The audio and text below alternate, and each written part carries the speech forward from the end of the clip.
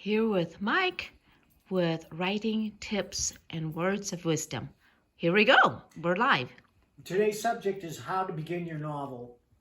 A lot of people want to write novels, but they're not sure how to begin. So they sit down, they flail around.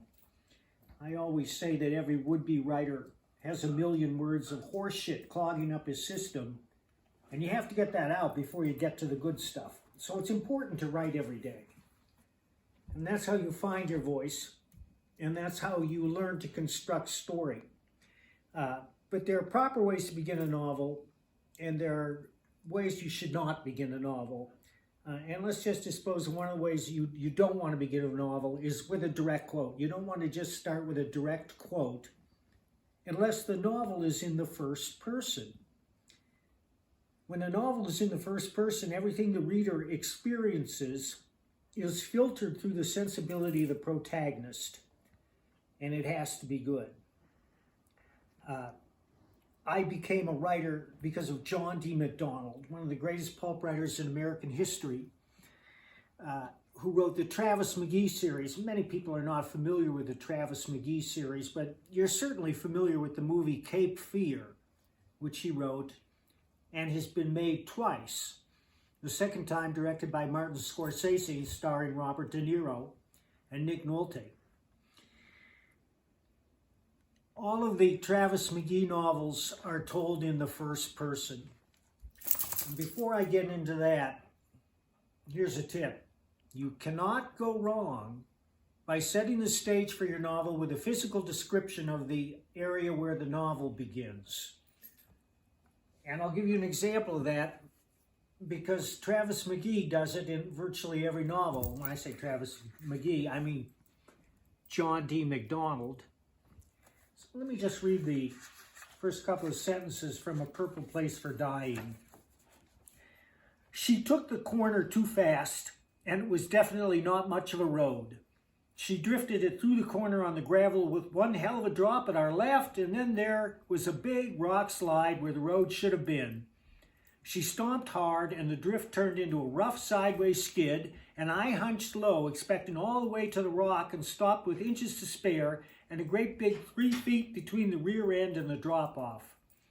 The skid had killed the engine.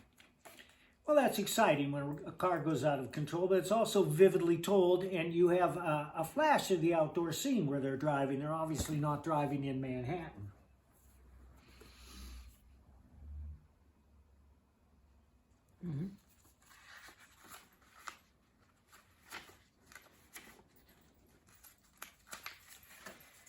I was in a deep sleep, alone aboard my houseboat, alone in the half-acre of bed, alone in a sweaty dream of chase, fear, and monstrous predators.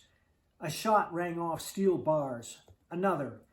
I came bursting up out of sleep to hear the secretive sound of the little bell which rings at my bedside when anyone steps aboard the busted flush. It was almost 4 a.m. So there you have the setting, the houseboat, the fact that he's waking up in the wee dark hours of the morning, and it's intriguing. What caused that shot? What caused that sound?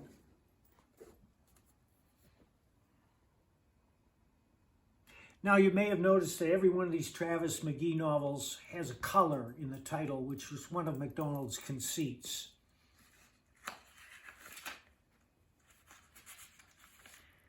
The place Pidge had borrowed was a studio apartment on the 11th floor of the Kailuni Towers on Hobron Lane, about 100 yards to the left off Ala Moana Boulevard on the way toward downtown Honolulu. Riding in from the airport, I had found out why taxis cost so much in Hawaii. When you want to know something, ask, "What happens?" The driver said, "The companies bid for the exclusive, like the Ala Moana Shopping Center. I could drop you there, but I can't pick up from there. You pay so much for exclusive, see? It's got to be passed on to the customer. Your first time here?" Every one of these beginnings involves setting, but everyone is in the first person. I use the first person occasionally. Many fine writers succeed in the first person. Second person is you walked into a room. Second person is for losers. Don't go there, don't use it. Third person is he walked into the room. Some of the most memorable beginnings of a novel in history aren't about place and time. They're just a sentence which sets the stage. For instance, a tale of two nations, it was the best of times, it was the worst of times. Wasn't it Tale of Two Cities? Thank you, my dear. A Tale of Two Cities. That's Charles Dickens. Moby Dick. Call me Ishmael. Well, that's an intriguing and declarative sentence. And it goes back to the Bible if you look it up. Ishmael is a biblical character. I often found when I was writing, before I had learned how to write a novel, that I would just put words down, and when I went back to look at them, the first paragraph was just trash, and the story actually began in the second paragraph. I'm not suggesting you do this. I don't do it anymore because I know how to start a novel now. So that's my tip. The best way to start a novel, or the safest way, is with a physical description of the setting. And then you can get into the character, you can introduce the character in that first paragraph and his reaction to the physical setting. But as long as you give the reader a sense of place that's vivid and readable, the reader will continue. And this is analogous to having an establishing shot on every page of your comic book. An establishing shot is a scene that shows all the protagonists involved in that scene and their physical relationship to one another. It doesn't flash from head to head to head.